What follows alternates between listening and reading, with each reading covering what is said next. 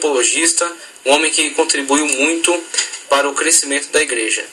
Mestre em retórica, a ciência jurídica da época, que tem Cícero como seu maior expoente. Lecionou em sua cidade e depois mudou-se para Roma, e depois de Roma foi para Milão, para tentar uma ascensão na carreira. Então, quem quisesse ter acesso ao mundo jurídico romano, que aliás é um dos aspectos mais importantes e mais extraordinários de Roma, é exatamente toda a sua cultura jurídica, toda a sua organização estatal. Então, é o que, inclusive, que nós herdamos de Roma. Os códigos jurídicos dos países ocidentais são formados a partir de uma espinha dorsal da jurisdição de Roma, da forma como Roma construiu a sua ciência jurídica. Então, na época, o que hoje é tido como um curso de direito, na época praticava-se a retórica. A retórica dava à pessoa condições de se expressar, por exemplo, diante do Senado, ou se expressar diante dos representantes públicos que iriam trazer, iam impor a lei, iam sanar alguma situação de justiça, iam punir. Então, para ter acesso a esse mundo jurídico romano, precisava-se trabalhar com a ferramenta chamada retórica. Então, precisava se expressar bem, se expressar em latim, conhecer conhecer as formas de tratamento em relação a essas autoridades, conhecer as leis, né? Então, esse retórico era exatamente aquela pessoa que estava em relacionamento direto com a liderança, né? Com os órgãos estatais.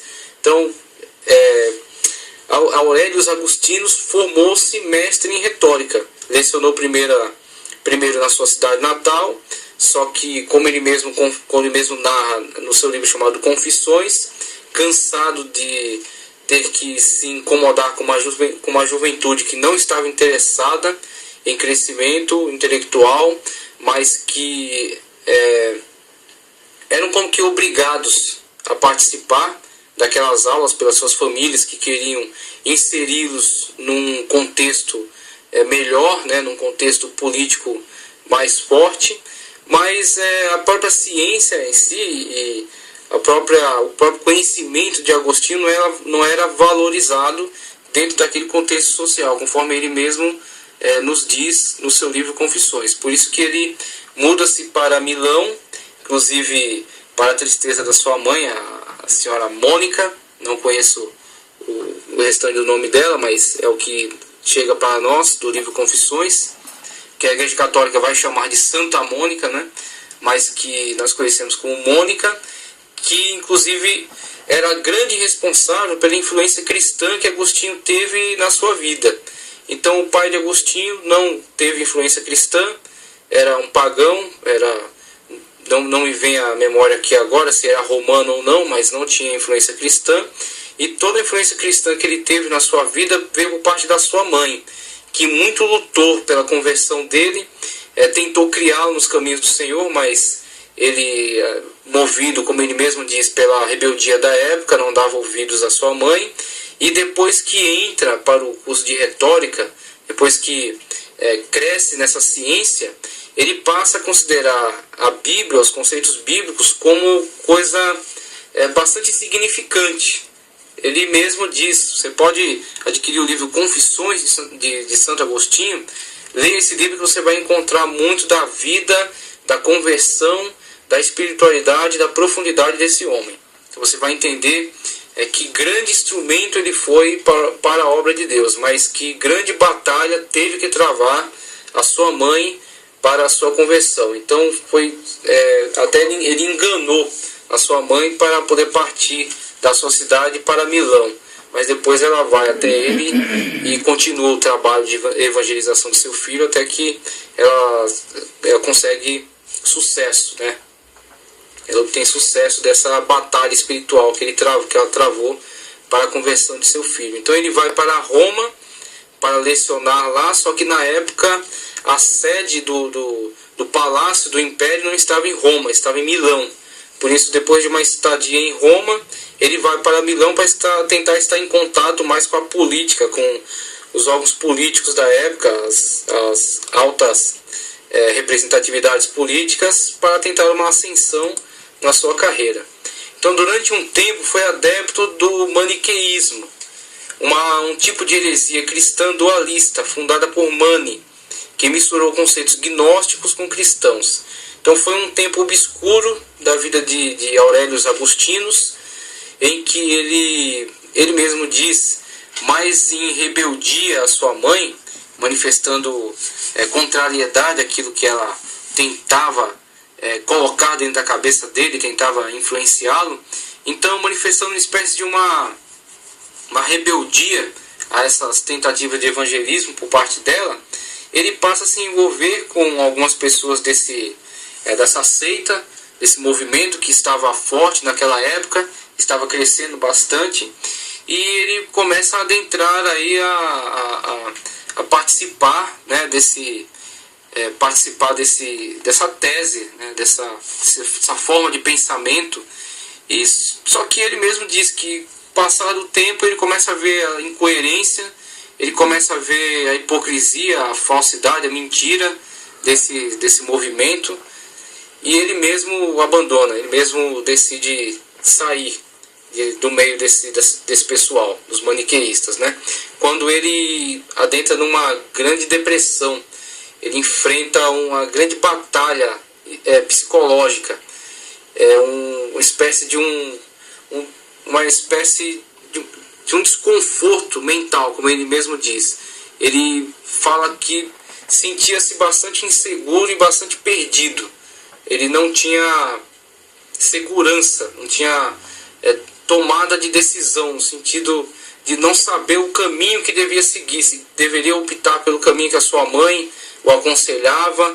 Ele também não sabia se deveria mergulhar completamente nas escolas filosóficas em que ele estava participando, em que ele estava tendo contato. Então, o maniqueísmo, depois que ele se desencanta desse movimento, ele passa a frequentar algumas escolas de filósofos, como dos platônicos, dos céticos. Ele começa a se envolver nessa área mais filosófica. Só que nada disso trazia o contentamento que ele precisava, nada disso trazia satisfação à alma dele. Ele sentia sempre essa batalha interna. E dentro desse contexto, dessa grande batalha, dentro da mente dele, do coração, da alma dele, é que ele vai ter um encontro particular com Cristo. Então, o maniqueísmo era uma heresia dualista que entendia que haviam dois princípios fundamentais: um princípio bom, positivo, um princípio que vem de Deus, e um princípio negativo, né? E esses princípios eram coeternos e eram também no equilíbrio de poderes, tinham poderes equilibrados. Então, o maniqueísmo trazia uma ideia, por exemplo, de que o Deus do Antigo Testamento era um Deus negativo, era um Deus mau, e que o Deus do Novo Testamento era um Deus bom. Então havia um conflito, uma batalha entre esses dois. E o Deus do Novo Testamento teria que se impor sobre o Deus do Antigo Testamento. Então é uma forma, uma interpretação do contexto bíblico a partir de um pensamento pagão e um pensamento gnóstico. Uma filosofia estranha que está tentando interpretar os textos bíblicos a seu bel prazer, não se submetendo àquilo que a própria Bíblia está falando de si mesma, mas tentando inserir conceitos externos dentro do contexto bíblico. Isso não é coisa que ficou no passado, que ficou somente no maniqueísmo. Existem muitos movimentos hoje que acabam por trazer esse tipo de contexto para dentro do nosso meio, né? Inclusive movimentos que estão de forma bastante arriscada, tentando trazer a ideia para as pessoas de que elas têm algum direito, de que têm algum poder diante de Deus, de forma a impor a Deus alguma coisa, impor a Deus que o abençoe, que o multiplique seus bens, né, multiplique sua riqueza.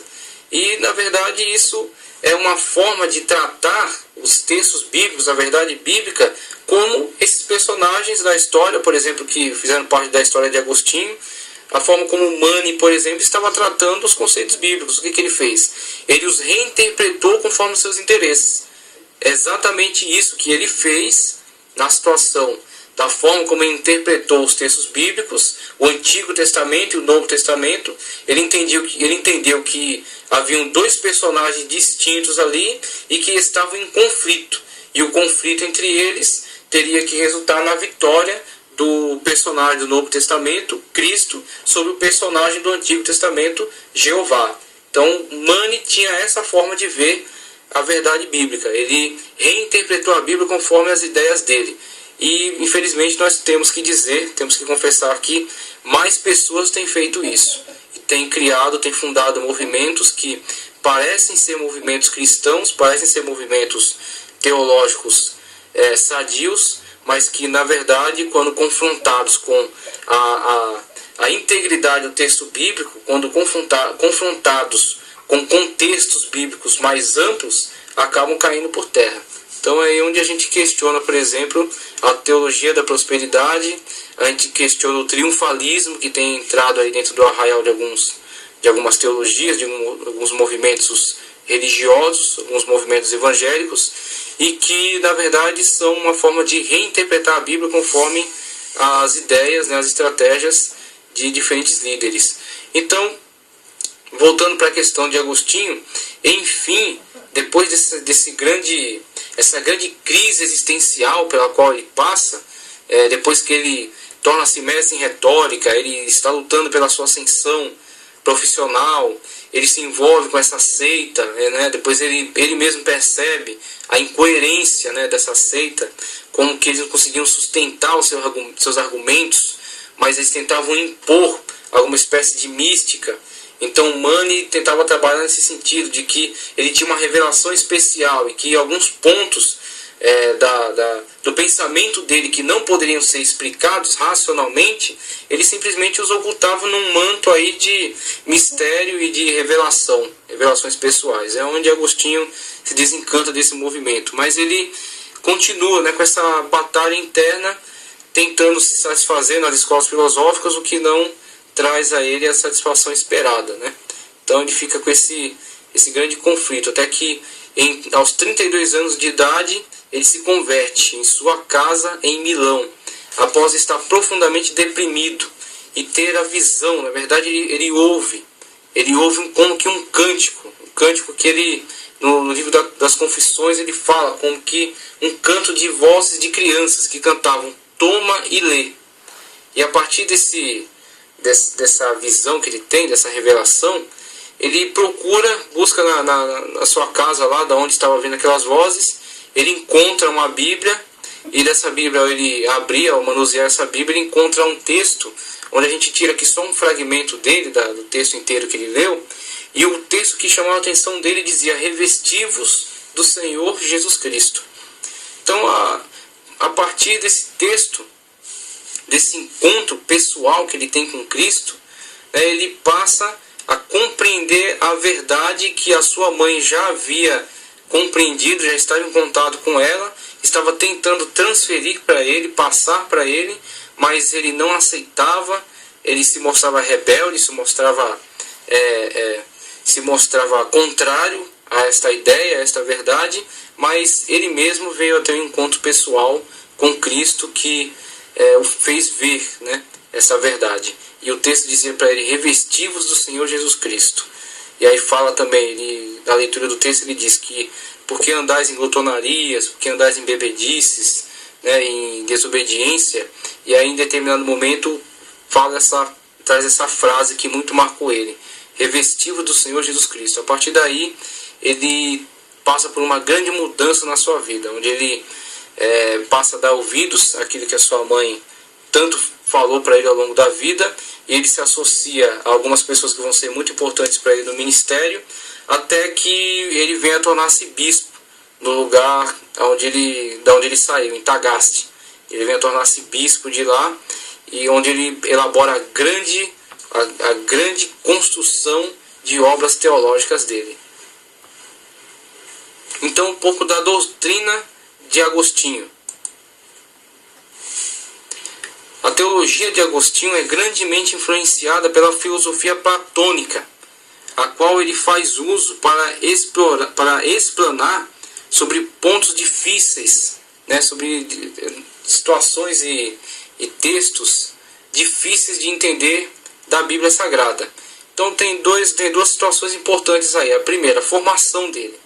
A formação de Agostinho, como foi falado, ele era mestre em retórica, mas nessa formação incluía-se também muito conteúdo filosófico, né, para desenvolver a forma de pensar, as sutilezas, né, as diferentes escolas de pensamento. Então ele tinha que dominar esse conteúdo, ele tinha que ter conhecimento vasto, conhecimento amplo disso. E como a gente mesmo já disse, depois dele se relacionar com esses movimentos heréticos, com o maniqueísmo, depois disso ele frequenta algumas escolas de filósofos. E ele mesmo diz no seu livro, ele não aprendeu bem o grego, por isso que ele não teve contato, ele não estudou nos grandes centros de filosofia da época, como Alexandria, na própria África, e em Atenas, porque ele não tinha domínio da língua grega, ele nunca gostou muito, nunca foi muito interessado por essa língua. Ele se esforçou mais tarde e aprendeu para poder estar em contato com as grandes obras da época, que estavam sendo escritas em grego. Mas aquilo que havia traduzido em latim, ele conhecia, ele lia, ele tinha contato. Então, muito da teologia de Platão ele absorve. E a teologia de Platão era o que havia de mais importante na época. Então, tudo que se explicava, tudo que se entendia, tudo que era tido como verdade na época, era muito influenciado pela teologia de Platão. E a teologia de Platão, ela enfatiza muito o campo das ideias. Então, Platão, principalmente com a metafísica dele, quando ele fala sobre a metafísica, sobre aquilo que está relacionado ao campo das ideias, acaba regendo todo o conhecimento da época. Então a ideia está acima da matéria, por exemplo. A matéria é simplesmente uma representação da ideia. E a partir desse ponto de vista, né, desse resumo que a gente pode fazer aqui, tudo que se explicava na época partia-se de Platão. Daquilo que Platão tinha falado, daquilo que Platão tinha ensinado. Então Agostinho, sendo um grande conhecedor de Platão, sendo um grande conhecedor da filosofia platônica, ele, a partir desse conhecimento, ele usa isso em prol da igreja. Ele usa isso em prol da teologia. Então ele começa a observar pontos interessantes da teologia platônica, pontos úteis que podem ser aplicados dentro da teologia cristã, que podem explicar pontos difíceis da Bíblia e principalmente podem defender, podem fazer a apologética de alguns pontos referenciais da Bíblia que estavam sendo questionados pelos céticos da época, pelos ateus da época, pelos pagãos da época, que entendiam que o cristianismo, entendiam que a Bíblia, as palavras de Cristo, as palavras dos apóstolos, eram simplesmente contos da carochinha, eram simplesmente ideias de pessoas que não tinham condições de ensinar, pessoas que eram ignorantes, que não tinham condições de influenciar pessoas de alto nível, né, pessoas de alta ciência, que simplesmente serviam para enganar pessoas pobres e humildes e desprovidas de conhecimento. Então, quando Deus chama Agostinho, a gente pode ver, por exemplo, uma comparação quando Deus chama Paulo, quando Cristo faz um chamado específico para o apóstolo Paulo. Quem era Paulo, né? Paulo, conhecedor do Antigo Testamento, Paulo, um fariseu, Paulo, um conhecedor do mundo romano, uma pessoa que tinha uma formação muito boa, pessoa que tinha uma formação linguística também muito boa, e que contribuiu, a partir disso que ele conhecia, para fortalecer o seu argumento bíblico. Então, não que esta ciência venha a ser a principal estratégia, venha a ser o principal elemento dentro da teologia de Agostinho, mas da mesma forma que aconteceu com Paulo, foi um instrumento, foi uma ferramenta, foi uma tática que pode ser usada por parte de Cristo, por meio do seu apóstolo, que através desse apóstolo pode levar o evangelho muito mais longe, pode levar esse evangelho, tirar esse evangelho do arraial ali de Judá, de Israel, de Samaria, onde ficaram os apóstolos durante muito tempo, depois se espalharam também, levaram a missão para outros lugares, mas ficaram por muito tempo retidos ali, e através desse grande instrumento chamado o apóstolo Paulo, essas barreiras foram quebradas, né? Esses tabus foram rompidos, esse tabu judaico foi rompido. Paulo ultrapassou a fronteira, levou o evangelho para os gentios, e quando questionado, soube defender com muita veemência seus pontos de vista. Tanto que o apóstolo Pedro fala que Paulo escrevia, né, tinha uma construção de ideias difíceis de entender em alguns pontos, e que eram usadas pelos ímpios, né, de forma astuta para tentar desprivilegiar os seus pontos de vista, para tentar criar heresias, ou pelo menos desmerecer, né, diminuir a sua importância.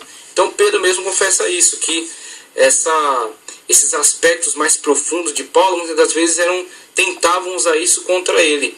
Agora, fazendo uma comparação com o apóstolo Paulo, nós temos aqui Agostinho. É alguém que a mãe dele lutou pela vida, pela salvação dele por muito tempo.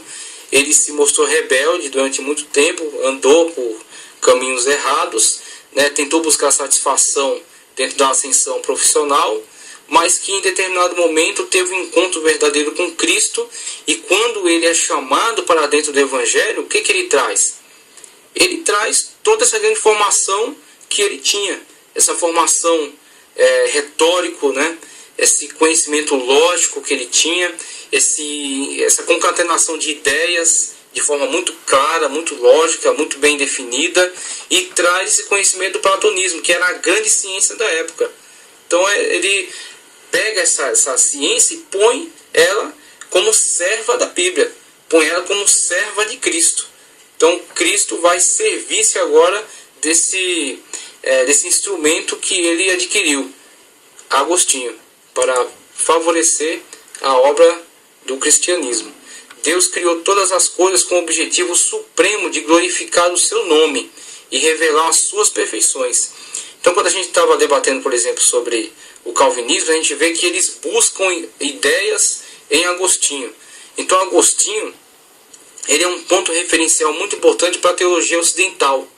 Então, existiram outros grandes teólogos que influenciaram mais a parte oriental da cristandade, dos gregos, a Palestina da época, que tinha muitos cristãos, era muito forte, inclusive um grande homem, um grande nome do cristianismo, um grande referencial que veio da Palestina, Orígenes, Eusébio de Cesareia, Basílio de Cesareia também, pessoas que viveram na Palestina e foram grandes referenciais. Então esses eram teólogos mais voltados para esse público, esse cristianismo que se desenvolveu nessas regiões. Agora, na região ocidental, no mundo romano, a Itália, na época chamava-se Gália, que hoje vem a ser a França, as Ilhas Britânicas, toda essa região estava sob influência da teologia desenvolvida por Agostinho.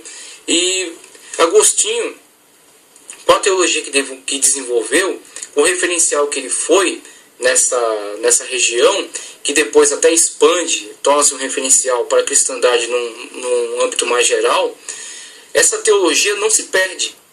Esse conhecimento construído por ele não se perde. Por mais que alguns pontos, por exemplo, sejam questionáveis, alguns pontos tenham que se corrigir, como Calvino faz quando analisa a obra de Agostinho. Através dela, ele critica os teólogos da Igreja Católica que estavam colocando heresias para dentro da igreja, e ele aproveita muitos pontos da teologia de Agostinho dentro da teologia que ele está construindo, a teologia da reforma. A gente vê alguns pontos, por exemplo, esse, que Deus criou todas as coisas com o objetivo supremo de glorificar seu nome e revelar as suas perfeições. Os infralapsarianos, que são os calvinistas moderados, eles, a partir desse ponto de vista de Agostinho, eles estabelecem aquela situação da ordem dos decretos divinos, quando a gente já viu, eles estabelecem que a prioridade de Deus não foi, no momento primordial, determinar aquele que haveria de se salvar e que veio de ser condenado, mas que sim, a prioridade de Deus, a prioridade de Deus acima de todas as outras é glorificar o seu nome. É glorificar o seu nome através da criação do mundo, da criação da humanidade, e revelar as suas perfeições. De onde eles tinham essa ideia? Eles tinham essas ideias, por exemplo, de Agostinho. da teologia da forma de Agostinho entender o plano de Deus, entender a criação de Deus. Deus cria o homem com esse fim, associado também ao fim da criação do mundo, de todas as coisas que existem, e revelar a sua perfeição por meio dessa criação. O homem também compartilha disso. Deus cria o homem com esse fim, mas o submete à prova da obediência. E com a sua queda, toda a humanidade está corrompida no pecado. Então, Agostinho, a partir da leitura que ele faz, do texto bíblico, a construção que ele faz, ele entende dessa forma, que Deus cria tudo para quê? Revelar a sua glória, ser glorificado através da sua criação. E Deus cria o homem para quê? Para que o homem compartilhe disso. O homem também glorifique a Deus, estando inserido dentro dessa criação. Compartilhe, participe da graça e da misericórdia de Deus, do benefício de Deus, goze de uma vida em comunhão com Deus. Só que tudo isso é feito pelo homem, mas cobra-se do homem que resista, que esteja exposto a uma situação de prova, a uma situação de teste, vamos colocar assim, e esse teste é estabelecido quando no meio do jardim, diante do homem, é colocado a árvore do conhecimento do bem e do mal, e é dado a ele um mecanismo chamado livre-arbítrio, por meio do qual ele poderá optar entre desobedecer a Deus ou obedecer e continuar gozando de todos aqueles benefícios que o Senhor já estava concedendo. Deus, com base na sua própria benevolência, escolhe alguns dentre os caídos para serem restaurados e envia seu Filho a fim de se humanizar e satisfazer a justiça de Deus em relação aos escolhidos, a graça irresistível. E aí nesse ponto que estamos abordando agora, você vê outro aspecto, por exemplo, que foi pensado dessa teologia de Agostinho e foi aproveitado na teologia calvinista. A gente vê, por exemplo, Agostinho falando aqui que a humanidade foi posta à prova, diante da situação do livre-arbítrio, da situação da possibilidade da queda, da desobediência a Deus. Quando Adão opta pela queda, pela desobediência, o que acontece? Toda a humanidade em Adão está caída no pecado. Esse pecado de Adão, cometido por Adão e Eva, ali em Gênesis 3,17, ele é compartilhado. Nós, como Davi fala no seu salmo, nós somos gerados em pecado. Então, é a partir dessa humanidade que está caída em pecado, que não tem nenhum direito diante de Deus, que é digna simplesmente de condenação por partilhar desse mesmo pecado, por partilhar dessa queda que foi cometida em Adão. E Adão, como o Agostinho trata, é o cabeça, é o representante de toda a humanidade. Ele é a sintetização de todo o gênero humano. Está tudo sintetizado em Adão. Então a decisão tomada por Adão é a nossa decisão. A decisão foi tomada ali. Desobediência a Deus. Então, a partir dessa decisão de desobediência e de queda da humanidade, não há para a humanidade nenhum direito de restauração, nenhum direito de comunhão, nenhum direito de misericórdia. Mas Deus, e esse é um ponto de vista de Agostinho, pela sua própria benevolência, pela sua própria misericórdia, num ato originado nele somente, decide escolher dentre todos esses caídos, dignos de morte, de condenação, resolve escolher dentre eles alguns para os eleger à salvação, para os eleger à restauração, à comunhão com Deus. E esse ato de Deus de escolher dentre os caídos alguns eleitos para serem restaurados é operado por meio da graça irresistível. É onde Agostinho vai tratar da salvação do homem por meio da graça. E a graça é uma atitude de Deus em relação aos homens, de eleger alguns dentre os caídos para participarem do plano de salvação. Nesse contexto, o livre-arbítrio foi uma prova da qual o homem fracassa, tendo que ser resgatado pela ação da graça de Deus por meio de Cristo. Então, o livre-arbítrio, como a gente já tratou em alguns pontos, ele é tido como algo mais prejudicial, ele é tido como algo mais danoso do que como algo útil. né, como algo interessante, né, algo que possa levar o homem a algum benefício, alguma restauração. Então a gente não encontra na teologia, no ponto de vista de Agostinho, sempre ressaltando aqui, é um ponto de vista dele, né, a teologia dele é extremamente importante, extremamente preciosa para o cristianismo, mas temos que sempre limitar. É o ponto de vista de Aurélios Agostinos, não é texto bíblico, não é verdade bíblica. É o pensamento desse homem na leitura que ele está fazendo das verdades bíblicas. Então, nós temos que conhecer, temos que estudar, analisar, mas não temos que estar submetidos a ele. Temos que aproveitar aquilo que foi interessante da teologia dele, da mesma forma como os teólogos vêm fazendo. Nós temos que ter a mesma habilidade. Ler, entender o ponto de vista dele, a forma de pensamento dele e aproveitar aquilo que nós entendemos que seja verdadeiro conforme a palavra. A Bíblia é o parâmetro. A Bíblia é o aferidor da medida, daquilo que é certo, daquilo que é errado. Então ele entende que o livre-arbítrio na verdade, ele olha com um aspecto mais negativo do que positivo. Ele não entende que o livre-arbítrio, por exemplo, possa ser usado, possa beneficiar o homem numa escolha de restauração da sua comunhão com Deus, por exemplo. Ele entende que esse não é um papel do livre-arbítrio. Esse é um papel da graça irresistível, que vai eleger dentre os caídos alguns para serem restaurados por meio da obra de Cristo. O Espírito Santo é aquele que está ao lado dos eleitos. Você vê a forma como ele entende a situação? Então, Deus, por uma atitude sua de benevolência, de misericórdia, escolhe dentre os caídos alguns que vão ser restaurados. Eles não estão fazendo a opção, essas pessoas que estão caídas em pecado, não estão fazendo a opção, usando o livre-arbítrio deles para o bem, para a restauração, a comunhão com Deus. Não é isso. Ele entende que é Deus, pela sua benevolência, que está escolhendo alguns e os está restaurando por meio da graça. Essa graça operada pela obra de Cristo. Quando Cristo paga pelo pecado de alguns, aí você vê como o entendimento muda de um teólogo para outro, a gente vai ver mais para frente que vão ter outros entendimentos sobre isso.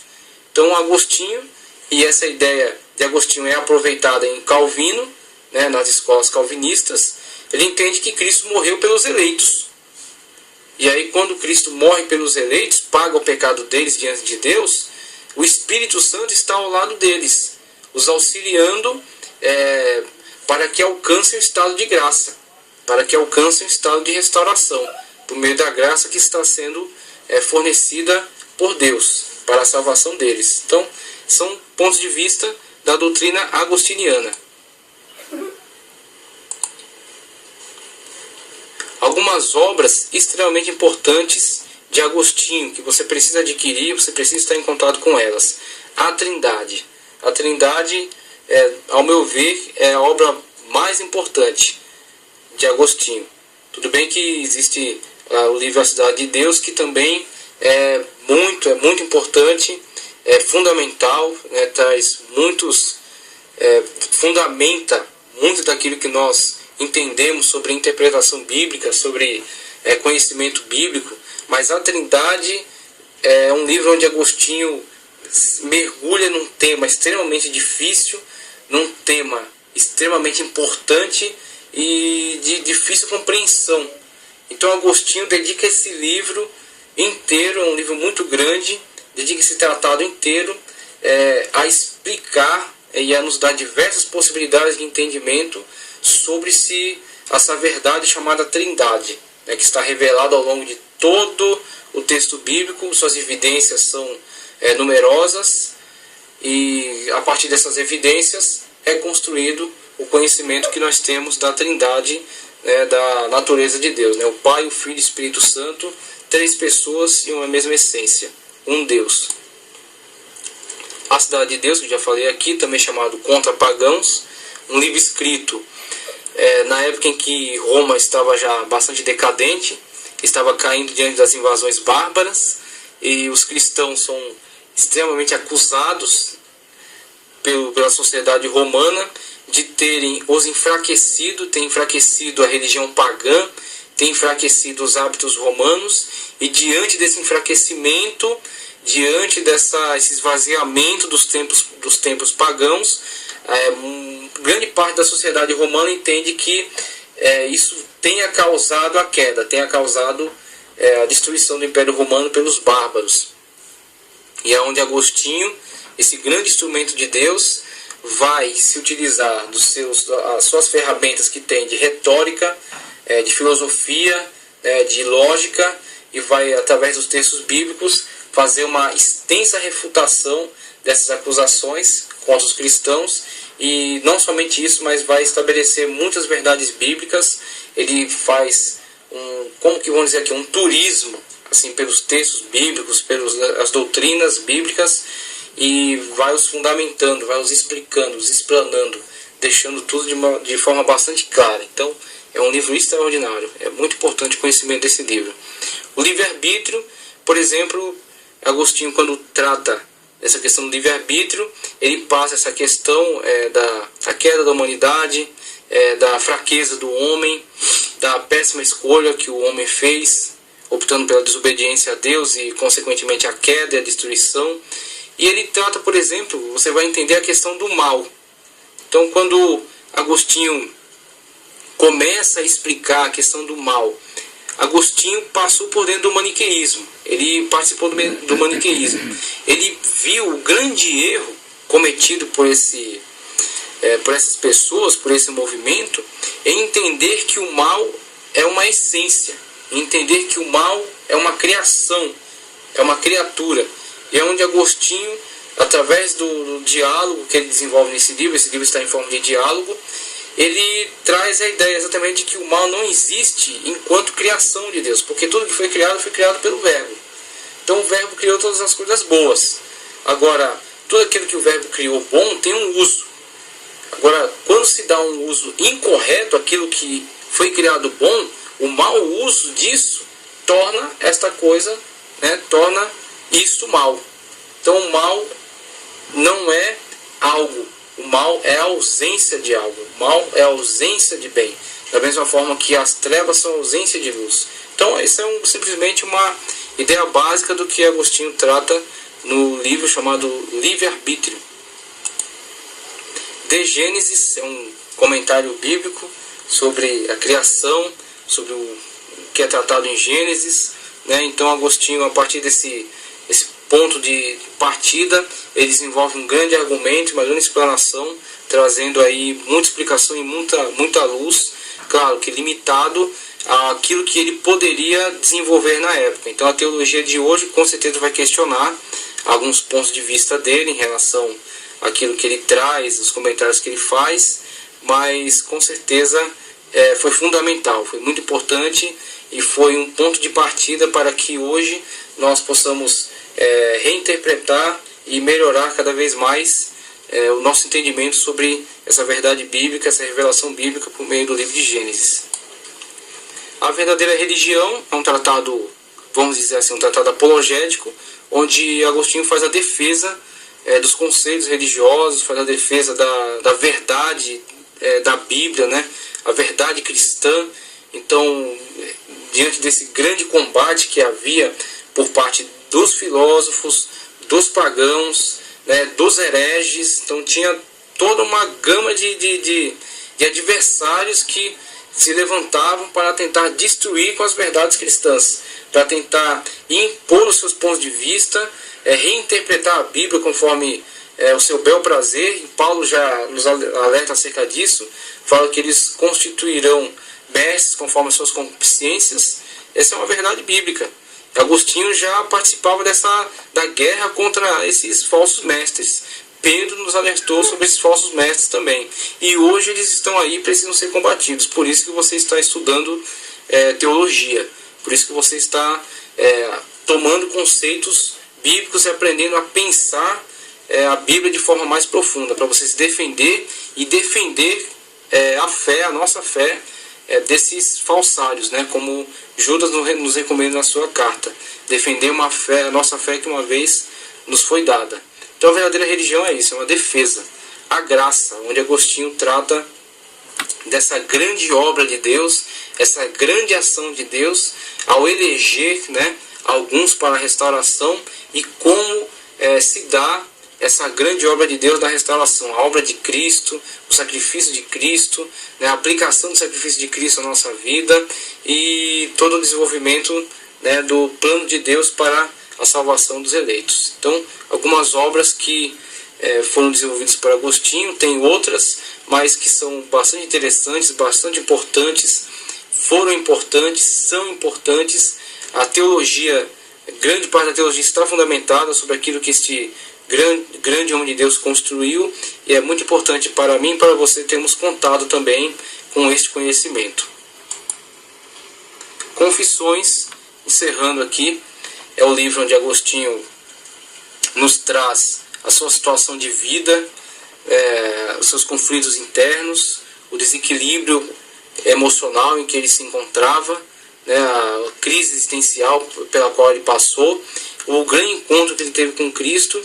E é um livro assim de uma profundidade extraordinária, um livro muito poético, um livro onde ele derrama a sua alma, né, diante do Senhor, e ele nos traz assim muito daquilo que ele sente de Deus, aquilo que ele entende, né, aquilo que ele tenta expressar em relação ao amor que ele tem, em relação ao ponto de vista dele da situação dos que estão à sua volta. Então Agostinho, nesse livro, ele é bastante profundo e é muito útil nós estarmos em contato com isso, porque nós estaremos em contato com a fé de um grande homem, que foi muito útil para a obra de Deus. Inclusive, nesse livro, Agostinho traz um conceito sobre eternidade que é muito útil. Então, aquilo que a gente leu, por exemplo, há alguns slides atrás, quando estava tratando do calvinismo, da ordem dos decretos divinos, aquele conceito de eternidade como passado, presente e futuro vividos simultaneamente, né, um eterno presente, é algo construído por Agostinho, que está presente no livro Confissões. Então, recomendo a todos, vão além, né, da apostila, vão além daquilo que a gente tem passado, pesquisem, queiram saber, saiam do nível da mediocridade, né, não queiram ser crentes medíocres nem estudantes medíocres, satisfeitos somente com aquilo que está fácil. Vão além, queiram saber mais, façam uma leitura própria, tenham um ponto de vista próprio, né? Tenham um conhecimento independente, para que você possa se posicionar em relação a esses assuntos, né? Não ser conduzido simplesmente, mas ter o seu próprio ponto de vista. Então é muito útil para todos nós.